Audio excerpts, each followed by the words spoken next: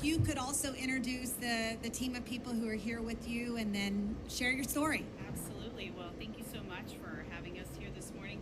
My team is much smaller because we are back in school and we are a very small Catholic school. So today, Dr. Brian Disney is with us, our superintendent and director of our MTCA group, and my assistant principal, Sarah Wiley, is also with us.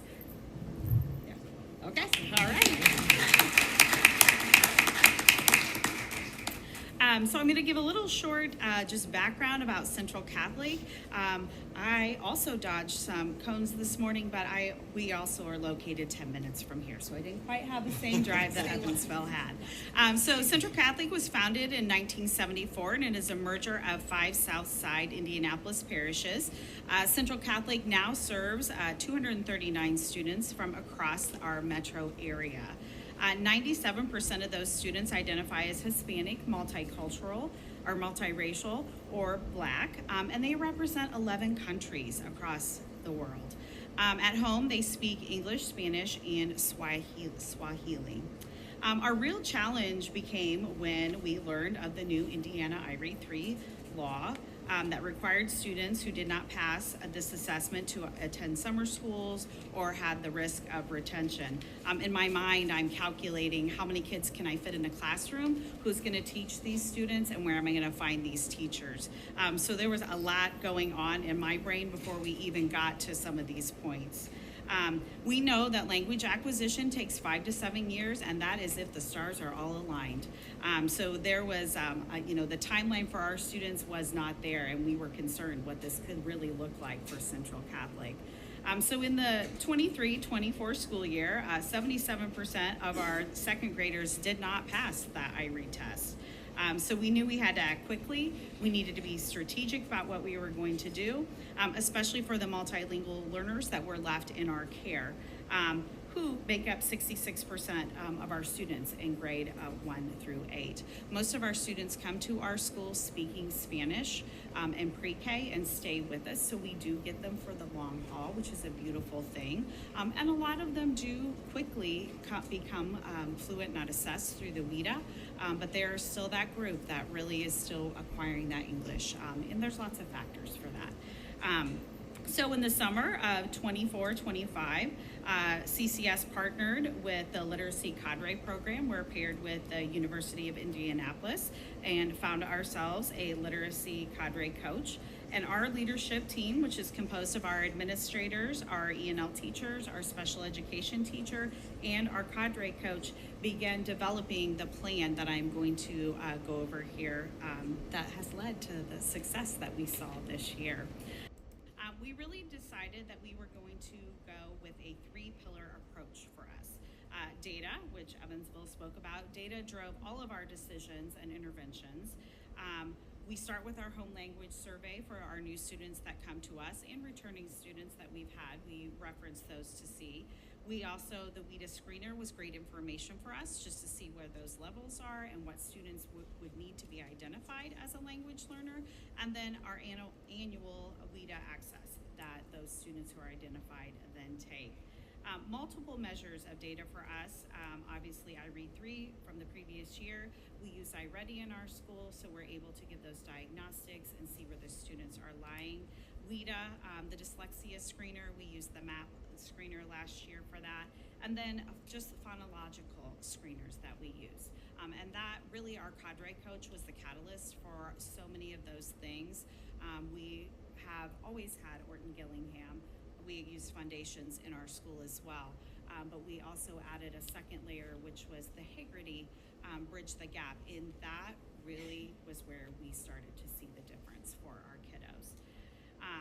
The second was our focused instruction, which was made up of our small groups and our teacher support. We had a specific ESL pullout for those targeted English students English learning students who were really on the low end. We have daily RTI with our small groups that are led by our E&L/Spanish teachers, special education teacher, and our reading specialist. So our literacy cadre coach helped all of them to coordinate exactly what they were focusing on in those small groups. We really started pre-assessing, and then teaching our lessons, and then post-assessing, and it was very fluid. For students that mastered that, they would go on to a different group or possibly back in the classroom to work on just reading fluency. Those that needed to repeat it did it again. So it just became this beautiful community in our school of every teacher working just to really focus on those students and their lowest deficit skill to get them to that other side. We also participate in lots of professional development. I'm very lucky to be part of the MTCA group with our Catholic schools, and they provide professional development for the entire staff, so it's not just on me. There's 3 schools that are together. So we've worked a lot with Notre Dame. I worked with the Hernandez Fellows on how to best support those English learners, in our ALMA training, SIAP strategies. We also, of course, use Smeckens because she does know how to get some of those things done as well. So we just like to keep it all, as well as the science of reading. We had several teachers, I think there were 4 last year, that were working on their certification, got their certification with the early literacy program, so we are moving right along. And our third and our most important pillar was parent involvement. And that was a challenge for us because most of our families do speak a language other than English, and we had to really think intentionally about how that was going to look for us.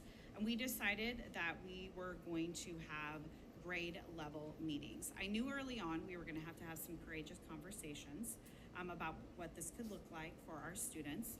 In the past, most of our students would get a good cause exemption because of their level of language. And I felt like we couldn't sugarcoat this, that we needed to really let those families understand, like, we need your help and you can help. And this is what this was going to look like. So the team that I mentioned before created a beautiful slide presentation in both English and Spanish. The meeting was bilingual. I led a lot of it, and then our Spanish teachers helped lead the Spanish part of it. And we just went through step by step with these parents and let them know we are with you and you can help whether you think you can or not, because a lot of them are concerned because they are only speaking Spanish that they cannot support their student, and that is not true at all. We know that that is not true. We had dads with their phones. We had them get on Class Dojo so that we can send messages. We had parents. We recorded things in Spanish so that the parents could hear the directions, but then we recorded it in English so they could hear the pronunciation. So we even helped them work on their English as well. So it was just a beautiful community. I think that is our biggest takeaway for us. Community with the University of Indianapolis, with our parents, and really help them know that their students are fully capable and they're fully capable of helping them. That reading is reading no matter what the language is. So I think that has just been a beautiful for us. So obviously we had just an amazing, the celebrations that we have had at my school with the children are phenomenal. So we are very excited about that. It makes me a little emotional.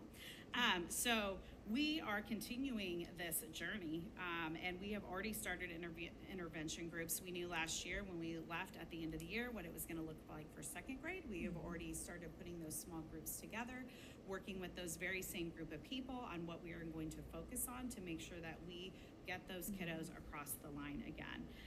We are maintaining that strong school-home communication. We have, for the first week in September, set those meetings much earlier than we did last year, so we'll be speaking with those parents and getting them on board so they are ready and willing to work with us. And then we are also going to expand this to some of our older grades because we too have seen that middle school is really a struggle. So we are just working on pushing that up. So we are very excited, and thank you for letting me share our beautiful story. Well, thank you so much, and a huge congratulations to Central Catholic School. And I just want to pull a few threads here. And it goes back to that quote that I'm not going to say the 10 words because I'll add surely another 20 words and it won't be as good. So you just put your foot on the gas. You made calls to friends, joined the Indiana Literacy Cadre. But I think the biggest one that you mentioned, your parent and family involvement, and just openly saying, we need your help and you can absolutely help. And that is such a powerful story. And that jump, about 52%, remarkable, fantastic. So congratulations.